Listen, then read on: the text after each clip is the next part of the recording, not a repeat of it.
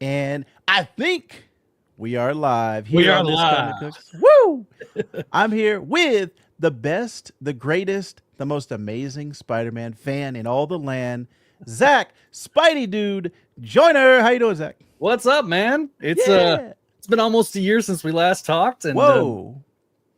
can you hear me? That's too long.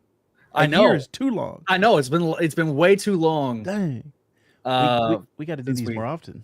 I know we need to. Yeah, I need to have you on my show Yeah, like yeah, soon, which yeah. is Let's do like an annual thing or like a twice monthly thing or something. We'll figure it out behind the scenes. But I definitely want to get more Spidey-Dude on this Comic Cooks because he is a great ambassador for comic books and Spider-Man.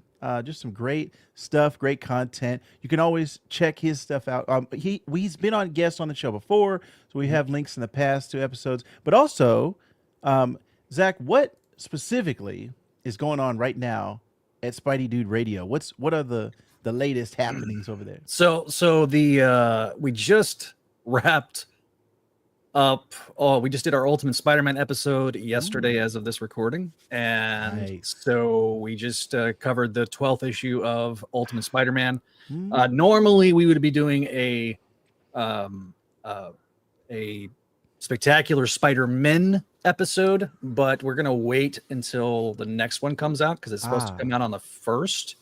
So we're gonna wait until the new year and cover both of those. nice. I'm working on some action. I'm working on my top 10 list of top 10 Marvel Legends for the year on the channel. Ah, So that's nice. going to try to come out. We Nice. have our Slot Symposium, which is our crossover with the Comic Binge podcast or YouTube channel. Yes. And we do where we're going through this Dan Slott era. We are actually going to be doing Big Time, and that's going to come out on the 30th. So Ah, yeah. nice. So and we're streaming right now on my YouTube channel and on my Facebook page. So uh, Perfect. yeah. So I just got done sharing. I just posted it on Spidey-Dude.com. The breaking news of Joe Kelly, Pepe Larraz, and John Romita Jr.'s new Amazing Spider-Man #1, which is now Volume 7. Dang. Yeah, it's either Yeah. Volume 7. So they'll keep the legacy numbering, but Yeah. yeah. So that is going to start in April, which I'm a little surprised they did it before the end of the year, but you know, Yeah. Happy birthday to me. I'm an right? April baby, so that is going to be great. I can't Well, wait. me and Stan Lee have the same birthday on December Ooh, 28th, so it's nice. a Oh, little wow. early birthday gift for us. So yeah, Yes. Very nice. Very nice. yeah, Um, man, I'm very excited about specifically. I liked the Joe Kelly. Wasn't he one of the rotating yeah, writers he was. during that was that era of Spider-Man, that Dan Slott, that just, um, what was it, like the Big Time Brand new day. and yeah, Brand New Day, like that era to me was like such a pivotal moment in my Spider reading, and I was reading like every book that was coming out, so I I have fond memories of that time period, so that's what I kind of associate Joe Kelly with, and then Pepe Larraz and John Romita Jr. Like, there's no question; those are, I have to have those. I knew that John was staying on because I got to meet him. Oh, nice, nice, yeah. He was at a con in my town, and he actually has moved to Austin. Oh, wow, He moved to Austin, Texas from New York that's where I was because born. well, he his one of his grandkids or one of his Oh, kids lives in Austin, and nice. so he's got grandkids, and they really were just tired of having to pay all the stuff in New York, and Ah, given that the kids were all kind of spread out in the country, um, he liked the weather too, so nice. uh, we made jokes. He goes, "I got out of New York as fast as I could," but Nice. he was great. In fact, We got some got stuff. some presents here. Uh, I have to get these framed, Ooh. but I have a headshot sketch, Oh, yes, and yes. then these were posters that he had at his table. So I have Ooh, I had that one. Got the full John Romita Jr. autograph Nice. there. And then this was the poster that was for the meet and greet. We all got this was like an exclusive for that meet and greet. So nice. That is nice. So that was it was really, really cool. Super, super nice guy. So I knew because he had mentioned he was going to be doing stuff with Joe Kelly. So I knew that Romita Jr. was definitely staying on. And I mean, they had said, Nick Lowe had said that that John Romita was staying on. So we all kind of knew that. But the Pepe Larraz thing was a complete surprise for me. And I was just telling you before the show, we do a show for our Patreon called Books of X, and Books of X covers the Hickman era on X-Men, which is something that my graphics monkey, as he refers to himself as, Neil, he loves that era of X-Men, and so he's a big Hickman fan. So we launched that as our Patreon exclusive show, and then obviously we talk a lot about Hickman stuff in the Ultimate Spidey-Dude experience, which this year, man, we did 40 episodes just of Spidey-Dude experience this year, which is the most we've ever done in a single year, which is just incredible. We talked when we talked last time. Ultimate, I think, just maybe it had came out the first issue, right. And then we had Spectacular Spider-Man coming out, and we did the interview with Greg Weisman. Yeah, and great interview, by the way. Oh, it's Greg is such an easy guy to talk to, and we're planning on. My plan is to try to bring him back on early next year. Nice. To kind of talk about year 2, and so. Definitely looking forward to that. The clip of him talking about Spectacular Spider-Man's cameo in Across the Spider-Verse, that thing blew up like crazy. Nice. That got oh man, I haven't even looked at what the last time what the view count was, but it was, I mean, it was ridiculous. 300 plus comments, which is not common for us at all. That's great engagement. That honestly was part of the catalyst. We ended up getting into the YouTube partner nice program because of that one video. Oh man, that's how it happens. That's a lot of the time that's how it happens. Yeah. And so we're trying to get to 1,000 subscribers, but we almost doubled the amount of subscribers for the year. Nice. Just from the beginning of the year to now. And so it's been crazy. The shorts have been huge. So it's been a really great year for us on the channel, and continuing to grow. And we got our audio shows are continuing to grow. We're about one of our shows is going to be wrapping up next year. The Sabi Sima Era podcast, because he's like, I'm going to do everything up until the Clone Saga, and then I'm like going to say, just go listen to Clone Saga Chronicles. I was like, that's fair. I accidentally inspired somebody else to do a show, which is kind of fun. Oh wow! I had announced that my plans for doing a show that covered from the Clone Saga to the Mackie Byrne reboot. Oh, okay. And I was going to do it when I finished Make My Mayday, which that's still going on. Nice. And these two guys were like, we're just going to start doing our show. And I'm like, great. Go do it, buddy. They even used the name that I had for it. And I was like, all right. I was tickled pink, man. They're two fans of mine. And it's like, I've been in this game so long, I'm inspiring the other generation. Yes. I'm going to need some tennis balls for my walker for Christmas. That's how you know you're making an impact, Zach. There's other people following in your footsteps. I got to tell you, the Spidey-Dude Network has been a real inspiration for me because I've been on a few different networks, kind of almost in name only. And I think we didn't have the synergy and the connection between the shows.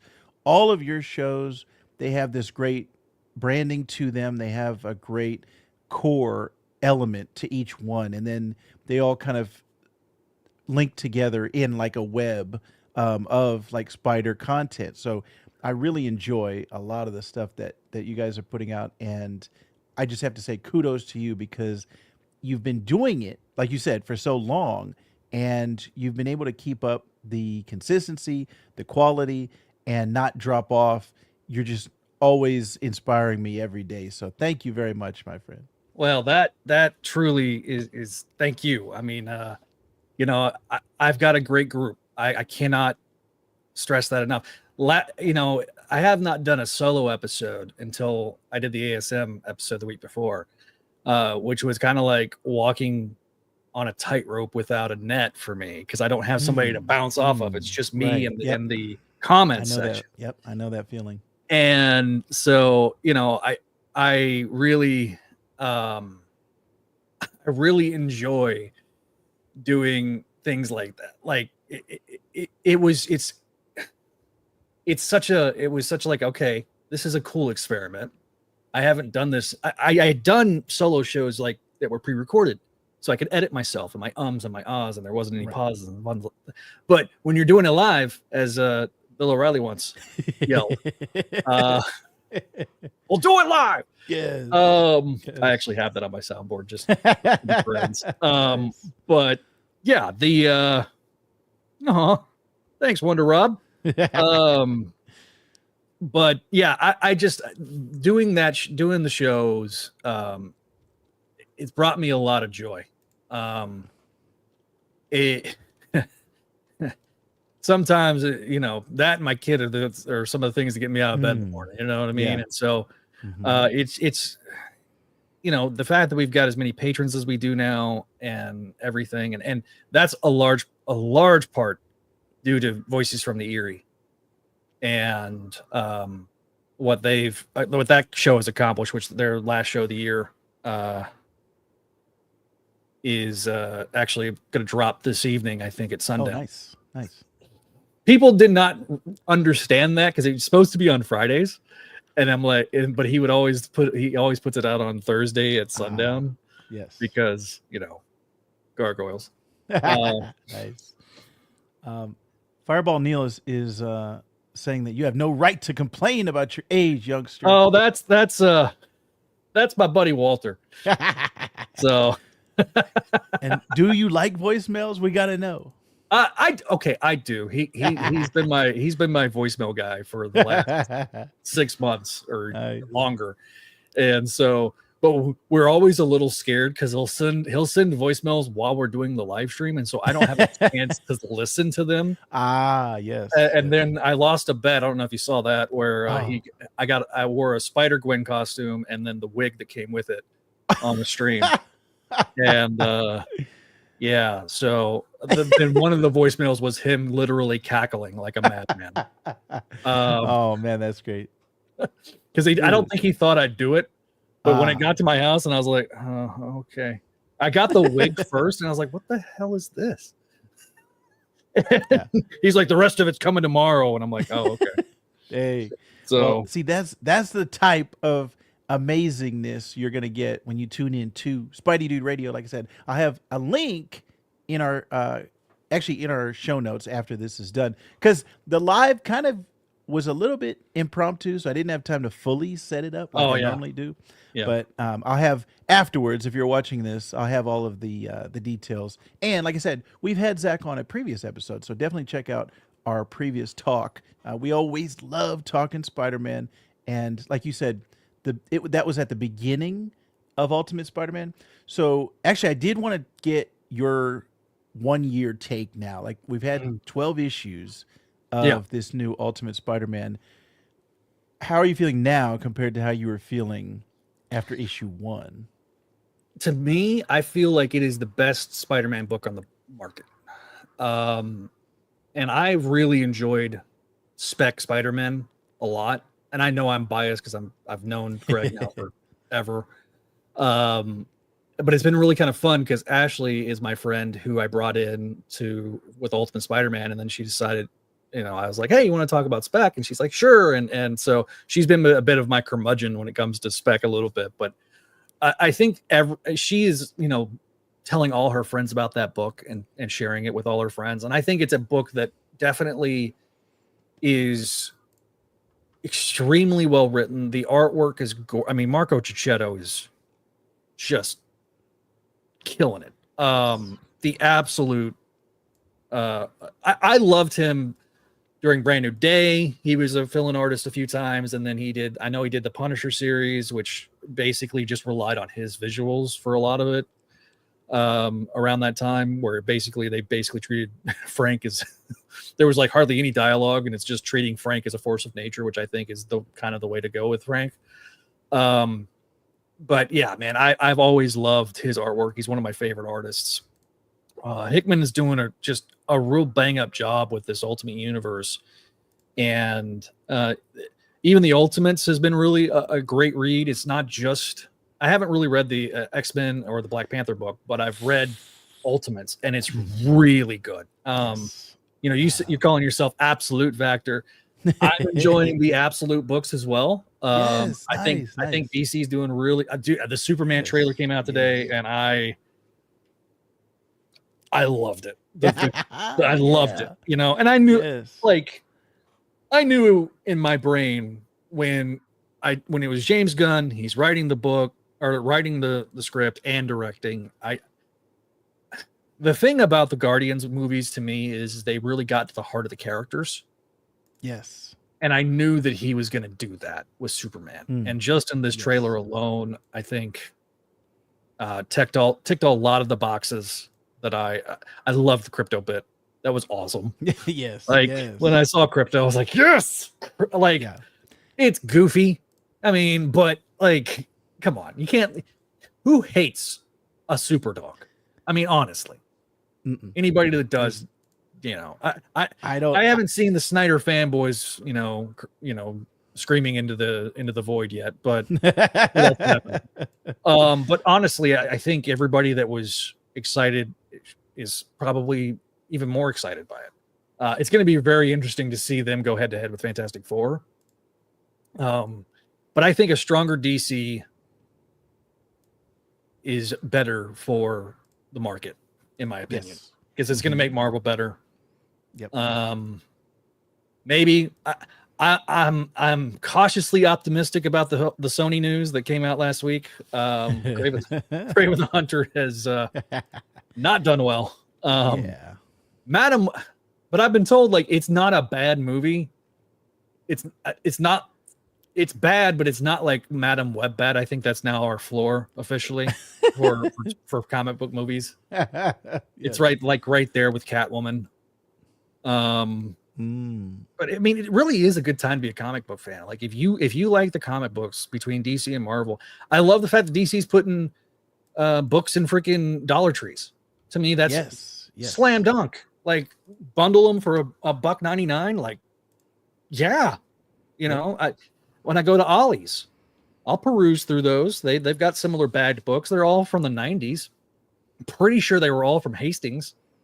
Because at one time Hastings was they were the largest retailer, and they were based out of the big city near my hometown of Amarillo, Texas.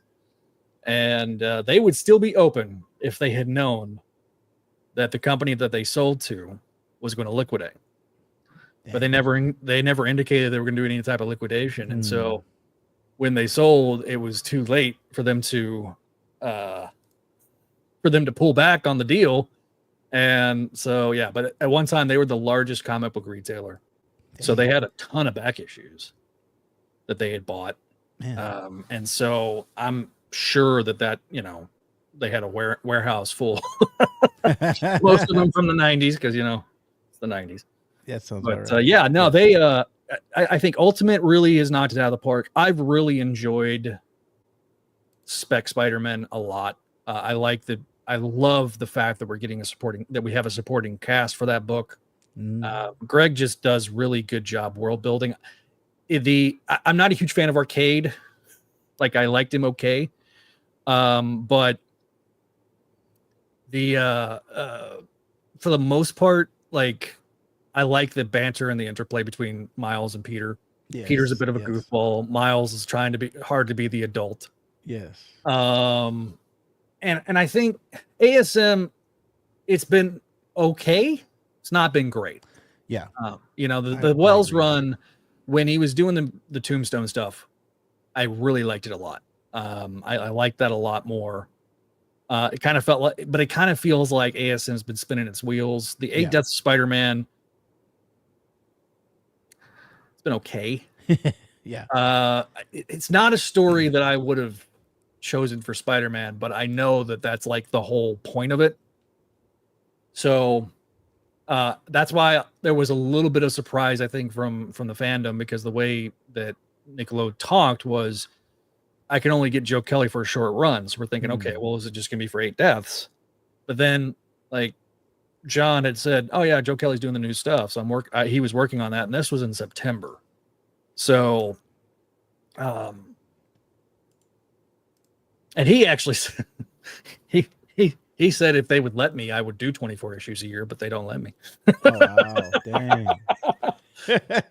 And I'm like, yeah, but I'm okay with you doing like 12 to 16 issues a year sometimes. Yes. So, I did you hear about Mark Bagley retiring from interiors? Oh, I did not.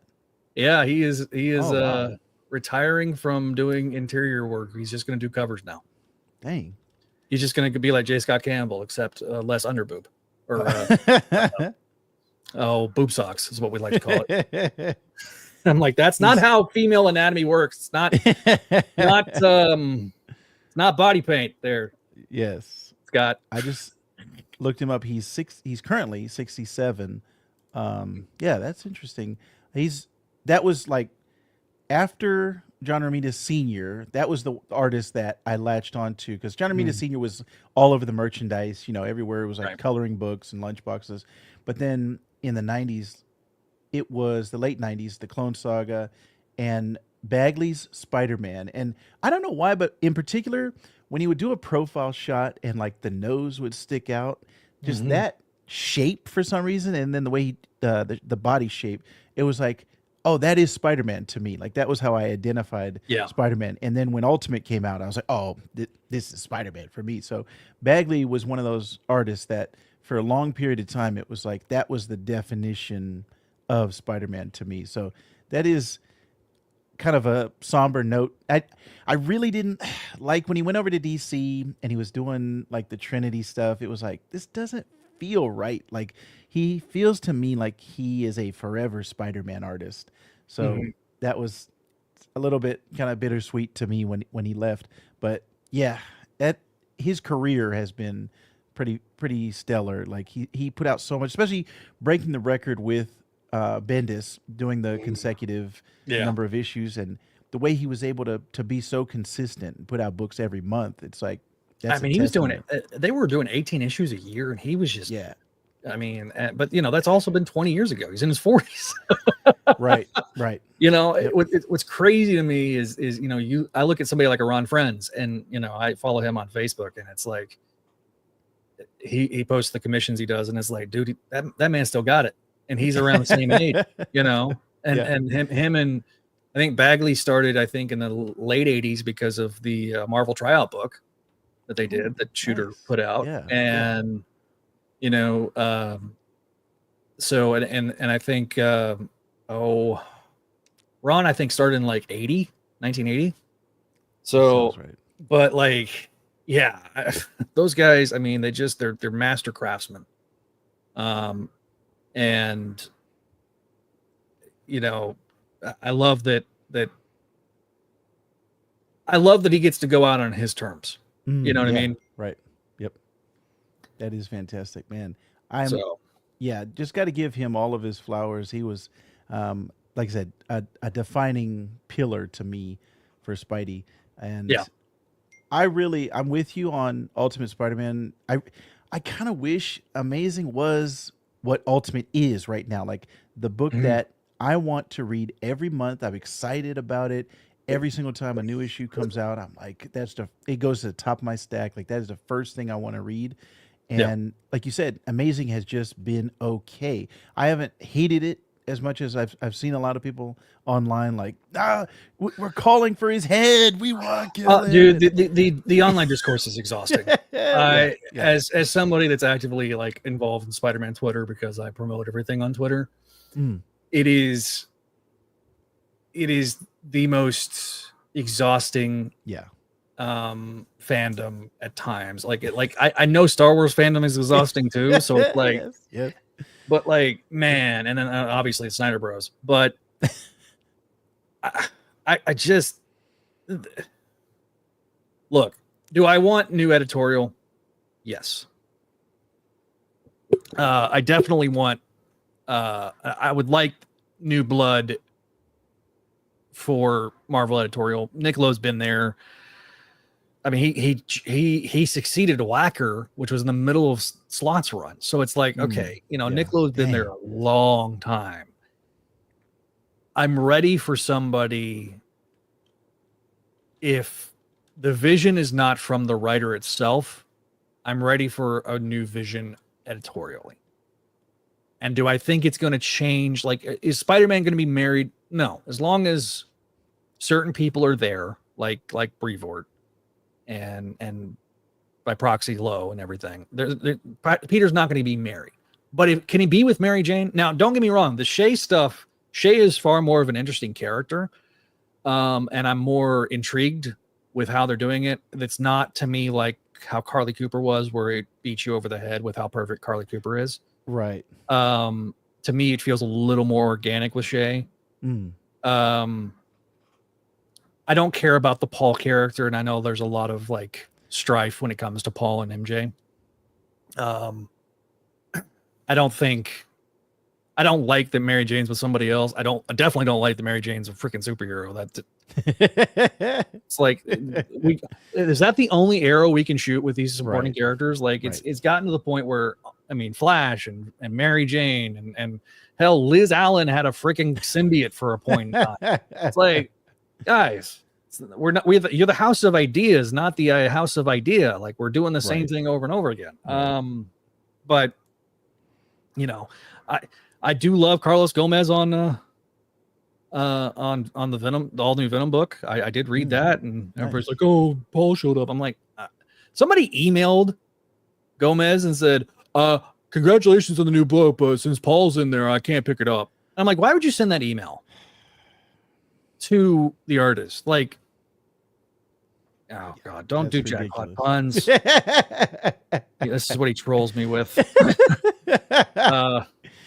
Reading ASM is an act of dread for me because of the roller coaster of quality is not something he's looking for. Yeah, because like, well, the running joke is now all my co-hosts have fled ASM, and so Walter's gonna host with me now. I think eventually Adam's gonna return, who's been my stalwart co-host. He's been on almost every episode, and so he's like, I want to kind of let like the 8 deaths story kind of get halfway through, and I'm going to read them all at once. I was like, all right, cool, whatever. Yeah. But no, I think I think visually Spider-Man's in a really great place. Yes. I think that I was sad that Humberto Ramos got pulled off of Spectacular Spider-Man. But all these newer artists that I'm seeing, it's really, really great to see them try to do and put their imprint on Spidey. It is like, ASM's okay. It could be worse. Trust me, I've read a lot worse books of Amazing Spider-Man. Right. I mean, the Mackie Byrne reboot, God bless Howard Mackie. That man was so burnt out, he was toast. Literal toast. And as somebody that's been reading Spider-Man, I literally started from the beginning. This was a year and a half ago, maybe 2 years ago. And I've been reading Spider-Man, and I'm all the way through the Clone Saga, rereading it. Nice. And so now I'm about to start that, Forgotten Era, pun intended, which is the name of that podcast I was mentioning earlier. And gonna go through that, and then to the JMS run, and then Brand New Day. Obviously, I've been reading a lot of that due to the Slot Symposium, so I'm kind of like, almost there through my read through. But like I've read a lot of Spider-Man, and there was some satellite stories that were not great. Mad Dog Ward, not so bueno. Return to the Mad Dog Ward was not that good. But then you got stuff like Kraven's Last Hunt, and you're like, okay, well, inject that in my veins. Yes. Have you seen the Kraven movie? No, and what's weird is up until, let's see, actually, you know what? Up until Morbius, the only comic book superhero movie I had not seen was the Fantastic Four stick, the Trank.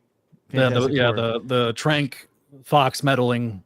That was the only movie I had not seen. I have not seen Morbius. I have not seen Madam Web, and I have not seen Kraven. Venom is the only one that I'm like, all right, this is the not Spidey one that I will watch because it's Venom, and I like Tom Hardy. So yeah, I have not seen Kraven yet. I don't know if I will. Well, Madam Web is on Netflix, so if you want some unintentional hilarity, definitely one of those things you have to see it to believe it. Just the ADR alone being as bad as it is. I remember going to the theater. I'm like, that is not what that man is saying. That dialogue is not matching his lips. And when I could see that in the theater and notice that in the theater, but yeah, I was like, wow. I'm going to try to go see it just so that way because I mean, hell, I watched Madam Web, but I did not pay full price. I did matinee price. It was only $7 of my time wasted. Okay. I didn't even get snacks. I was like, all right, I'm gonna just raw dog through this. I was gonna say, don't punish the theater for their choice to exhibit this. Well, it's Sony's fault, see, and now next time, if I'm gonna go see it, it's probably gonna be me and my dad when he comes in for the holidays. We're probably gonna go watch it. Okay. So I'm like, okay, we'll go watch this together. But and especially because I heard that there's a Miles Warren thing in there somehow. So I'm like, now I'm like contractually obligated to go watch it. It's been really involved. I did see a clip that was posted that they did do Chameleon right, which I was like, okay, you can do some things right. The visuals are, see, what's kind of crazy is like they did Kraven so well in the Spider-Man 2 video game. Mm-hmm. It's like, I don't want, like, I already got a great version of Kraven recently. Which I have not played. Oh, well, okay. I did, my buddy has a PS5 and I did crossplay through my PS4 and I played the first mission. Okay. And then I also looked at all the costumes, which is like been the bane. So Neil was like, hey, let's do like one of those tier videos of like we're doing the tier list of different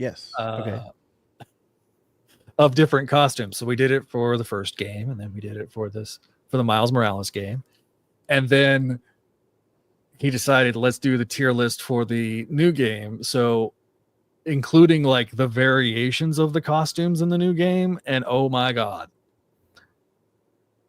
that was the recording itself was like 2 hours and 20 minutes. And trying to edit that down into something that's more digestible has been the bane of for Neil's existence, because he does do some video editing for us too. But then he's like, I got other paying gigs that he has to like put on the front burner, so it's been constantly on the back burner. So sometime in 2025 we'll have the tier list. There's a possibility I may get a PlayStation 5 for Christmas. So if I do, then I'll definitely be playing Spider-Man 2. Yes. So I'll get to actually see that version of Kraven, because I've heard that exact thing, that the joke was maybe they're pushing Kraven off because they don't want it to be so close to the game. But if the rumors are true that Sony is basically coming hat in hand and saying, let us do Spider-Man 4 together, and then that's it. We'll sell you the rest of the rights back. I think it's going to be a net positive for Spider-Man fans. especially if there's going to be a soft reboot of the MCU. And Miles probably is going to potentially be introduced in this upcoming Spider-Man, Oh man. and so Yes. which would fit really into a lot of what the all new, all different Marvel, which had a bit of controversy after Secret Wars. Yeah.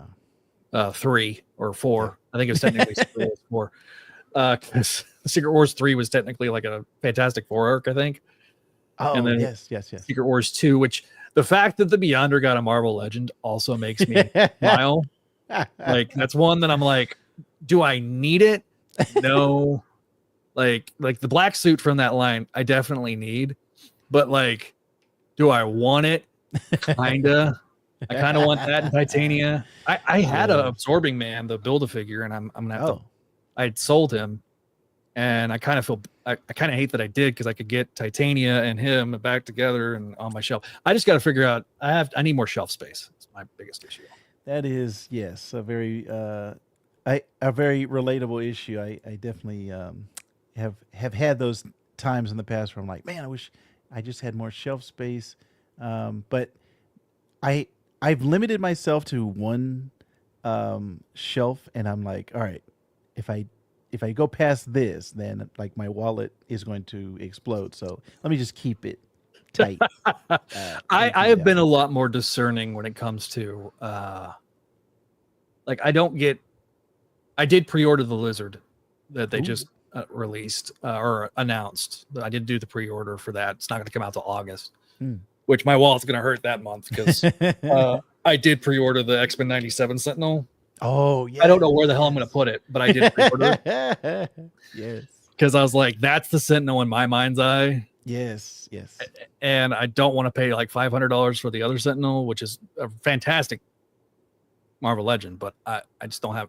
So like, I am going to have to figure, I'm going to probably get a new bookshelf sooner rather than later. And then I'm going to put my comics in that bookshelf, and then nice, make the rest of it my display for my Legends. But yes, no, I think there was Dragon Man. I also pre-ordered Dragon Man. So okay, yes. So like, I'm gonna have to like carve out like a chunk of change for that month, man.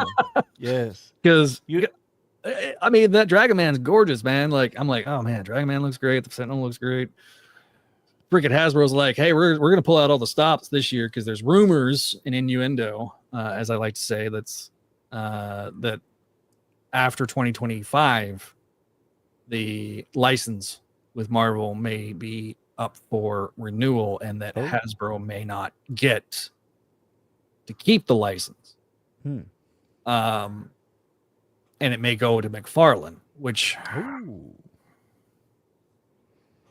I like some of the McFarlane, but the amount that they put out, their output is nuts when it comes to like DC Universe. I couldn't collect that stuff, because I just would be like, it's like a freaking fire hose.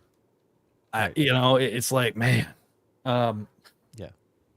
I'm not going to create a special display for the Ghost Rider costume. It's going to get hung up in my closet. Because that's going to lead to a series of questions when I try to bring a chick over for a movie night, and they're going to be like, why is there a Spider-Gwen costume hanging up on your wall, a la Spider-Man 2 from Jonah? It seems like a sitcom or something like that. Yes. Oh yeah. And then you got my dog in the background, who's she's a her and the chocolate lab are common photo bombers nice. on the show. So that's my mutt. Yes. I actually didn't get a chance to tell you, I don't think. I got the chance to see, you were talking about Miles, that's what kind of brought this into my head. Across the Spider-Verse with a live orchestra here. They projected the movie, and then they had the orchestra playing, and there was a DJ scratching right there. And I was like, oh, I didn't realize it was this much scratching in the soundtrack. But that was a great experience, and I brought my wife because we watched it originally when it came out, and she was put off by the way that Miles was treated. So she was like, I don't like this one as much as Into the Spider Verse because I Mm. feel like everybody was taking a dump on Miles, and I was kind of like, oh, but you got to give it like that's the I was very the art. engrossed. I got to take my daughter to that when it came Yes, out in yes. theaters. Was it last year? Last year? Yeah, time is now blurring. I can't remember if it was it last year. Let me look it up real quick because now Yeah. that Beyond the Spider Verse keeps getting pushed back, I'm like, because at one point I was like, okay, it'll be this. Yes, last year. Yep. Yeah, I remember around last Christmas. Yeah, we went and watched it with my daughter, and she really liked it. She loved Ghost Yes, Spider, yes, which yes, is why yes. I'm hanging that up in my closet, Walter, Ah. so that way, like, my daughter doesn't try to ask me questions as to why Daddy has a Spider Gwen suit. I might let her play with the wig though. That might be fun. Nice. Because like the wig literally is right here. Oh wow. Is that what that is? Okay. It's a but I had a second chance to see it with her, and I think she was more focused this time and actually was like, oh, that was actually a really good story that was being told. Because I think the first time it was one of those experiences like you're seeing it for the first time. There's like so many stimulus that's going on, and the second time you watch it, you're like, oh, I'm picking up on things I didn't the first time. Yeah. So we had a really good time afterwards because she was like, oh, I really like that, and my Spidey heart was full. I was like, yeah, it was a great experience to see it, like I said, live and have the full orchestra there. So I'm going to try to see some more of those. I'm not going to star my child for life, okay? Walter is the star of this episode. Walter, can you come over and be on my chats on every episode? This would be fantastic, and you could continue to troll Zach even when he's not here, but do it. He already does. Like, he does it on Crawl Space. Like he'll make references to me, and like people will be over everybody's head except for like the ones that are also fans of me, like my buddy Vinkman. Which I found out today, like he usually sends a care package for the holidays, and he hadn't sent one, and it came up on like my time hop. I was like, oh yeah, I probably should ask him if he shipped something out. And sure enough, he did. He's like, I got a small package sent to you. I was like, damn it, Vinkman. It's things like that. Like having fans is something that there's a bit of imposter syndrome for me a little bit, and it's like, man, am I worthy of such things? You know what I mean? And I think it's just that has been something that the last 4 years has shown me, is that there are people that legitimately, and I knew that happened before because I saw that with Clone Saga Chronicles, but it became so infrequent because I was doing so much with Crawl Space, and I was spending so much time with that it was. The adulation was not individualized. It was more for the group. And so, getting that type of individual adulation has been something that's been, it's been a trip, man. That's fantastic. I am not a fan. I am your wow. Okay, Roddy Piper.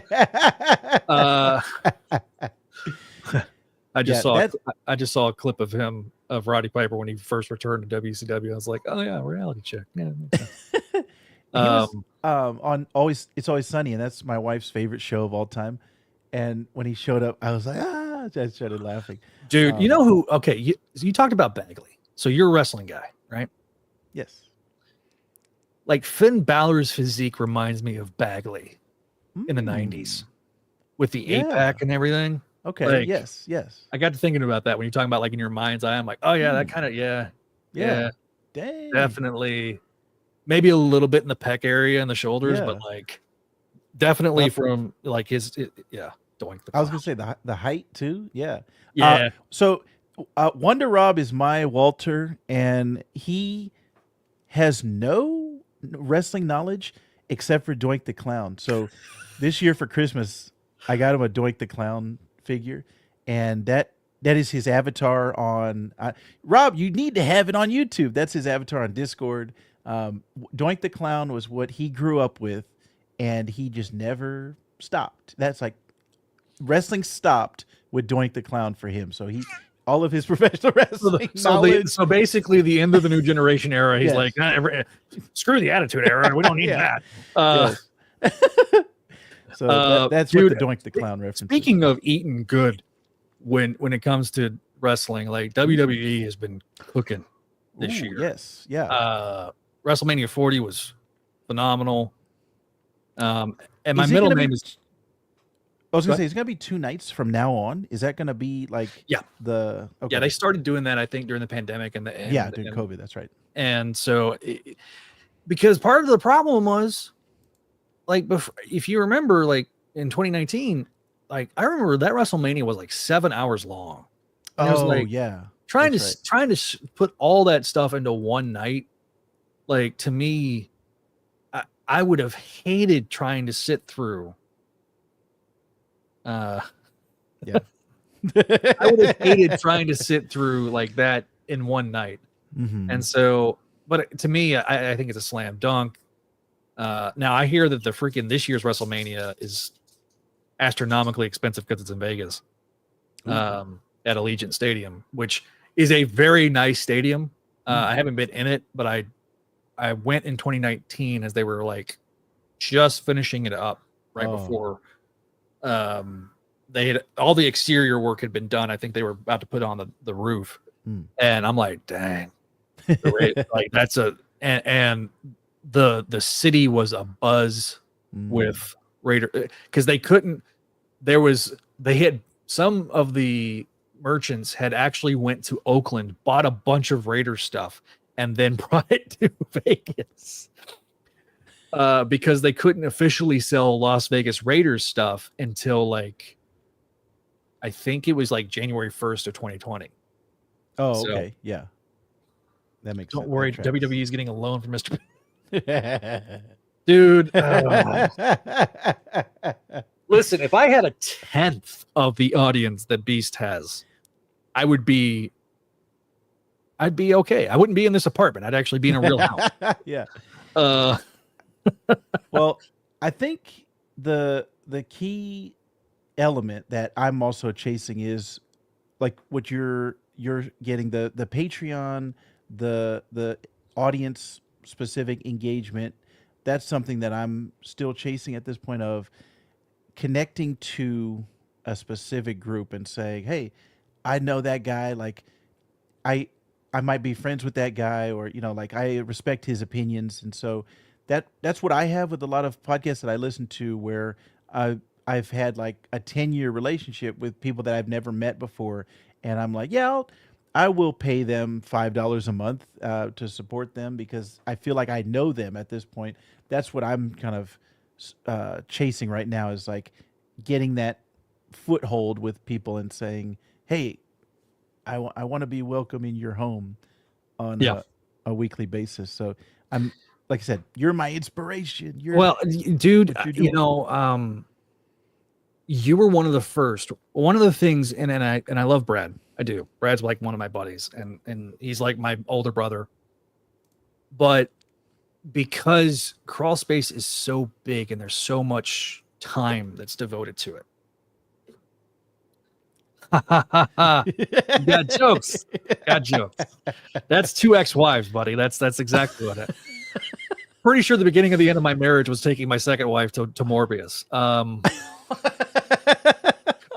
No joke. We go in there and we watch the movie, and she looked at me and she goes, "Okay, sweetheart, I will go to every MCU movie, but please don't make me go to another Sony one that's not like not like the animated." Like she basically like forbid me from taking her to any more of the Sony verse. Oh, Because she's like, that was horrible. She's like, I hated it. She's like, did you like it? I was like, not particularly. Now, speaking of crawl space, the biggest Morbius fan I know, I remember I texted him the next day and I was like, okay, did you see the movie? Yes. Did you like it? He goes, I loved it.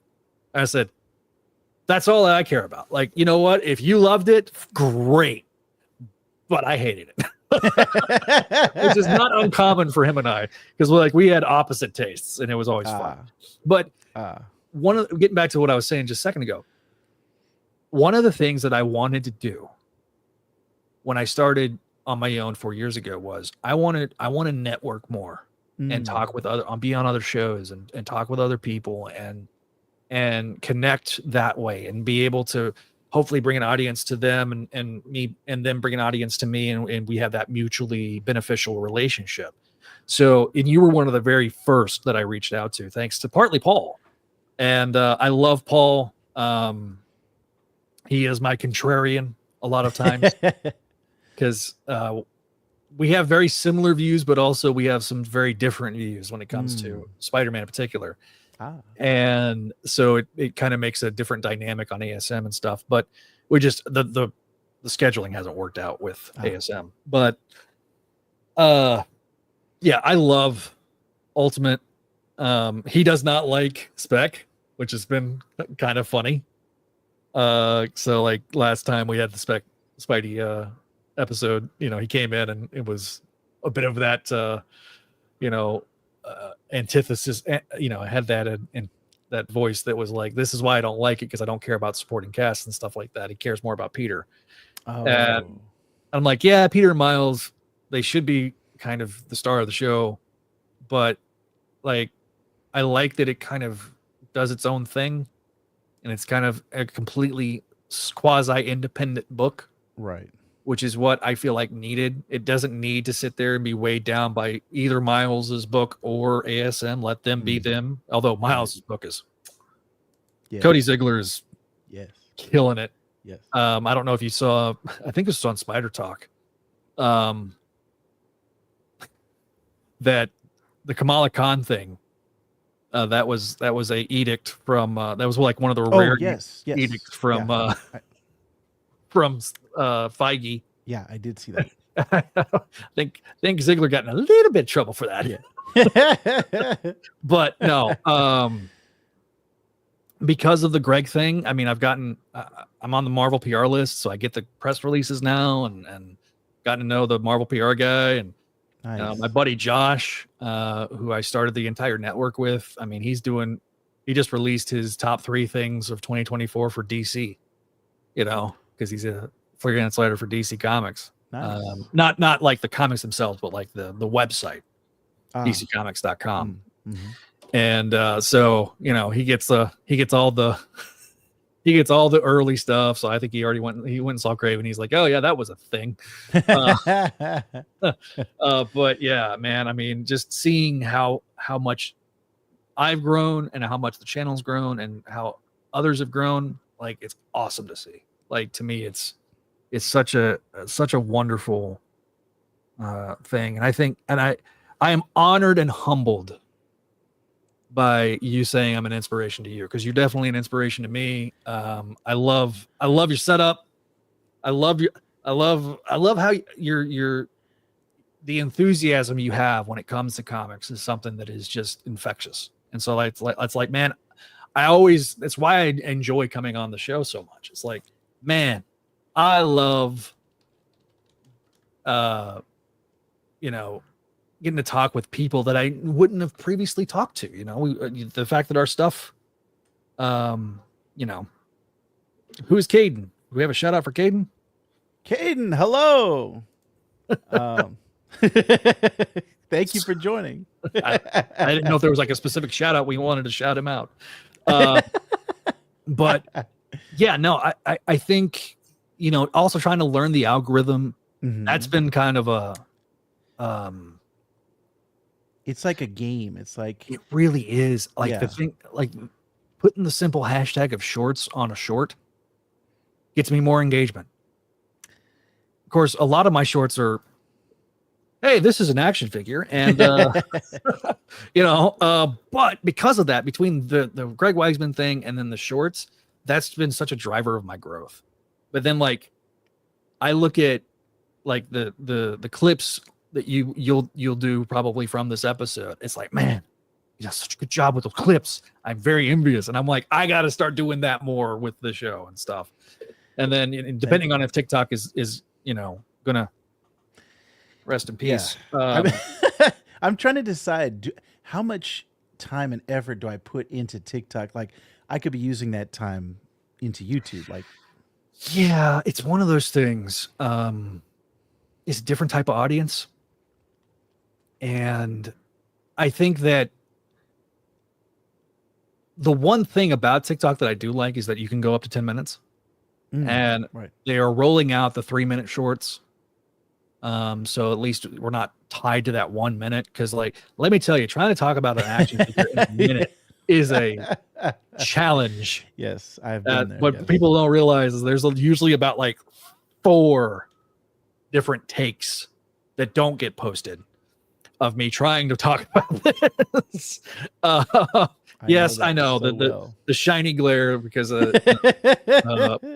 my lights. You know, I could probably be a death ray of my bald head. But yeah, just so to me, I love doing this, and I love doing the shorts and doing the breaking, like doing the breaking news. I did the breaking news right before we went live. I did a short for that because I was like, oh, I need to go ahead and do that, you know. And so I've got such a great group that, you know, Adam sometimes is my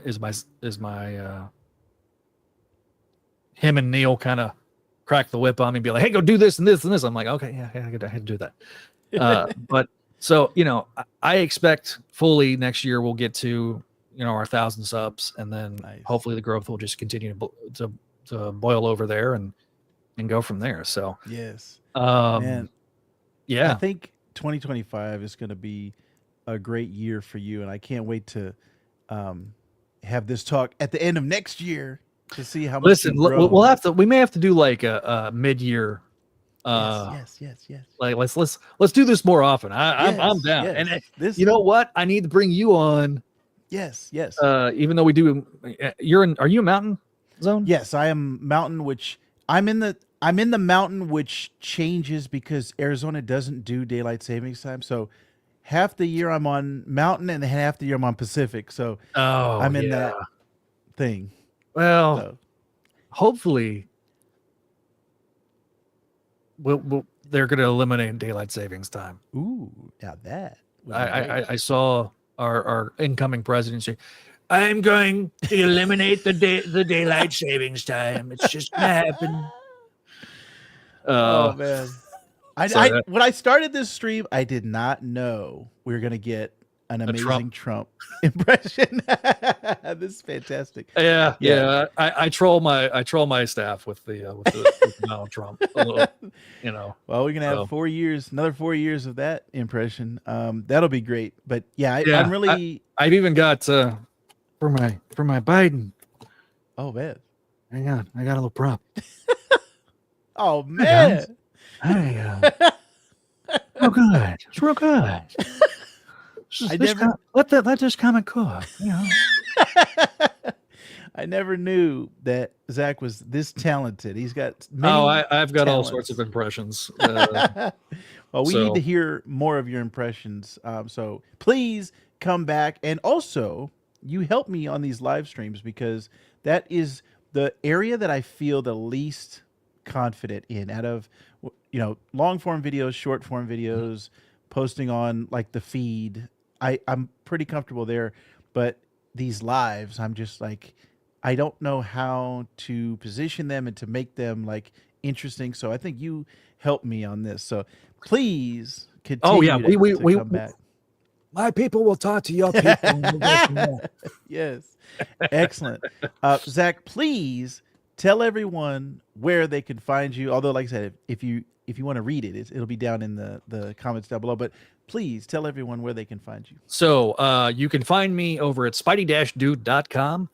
You can also find us, the YouTube channel. If you've not already found us, it's over at youtube.com/Spidey-Dude Radio Network. You can find me on Instagram at Spidey-Dude Network and at Spidey-Dude Official. You can find me on Facebook at Spidey-Dude Network. Patreon.com/Spidey-Dude Network is our Patreon page. And Twitch, anything pretty much Spidey-Dude Network at /Spidey-Dude Network, except for Twitter, because I didn't have enough characters, but at Spidey Radio on Twitter, at Spidey-Dude on Twitter is my personal Twitter page. Apparently, Cowboys Insider has retweeted what I posted something about Cowboys, and yeah, that may end up blowing up on me here in a bit. Man. That happened during the show. There is, I have been talking about doing some sports stuff, so there may be a sports related channel. Man, how do you have time? How do you have so much time? That's gonna be the big thing, is that it'll be, the thing about Spidey-Dude Network is that for the most part I do it on Wednesdays. It's that Wednesday night. Okay, it's comic book day. Let's do it. Make My Mayday is not as frequent, so it's only once a month. So, or maybe twice a month. And so, that's kind of malleable. And then, but other than that, like, I have afternoons available. So afternoons and evenings. So for at least for now. Yeah. So, but yeah, thank you for allowing me to be on the show and yeah.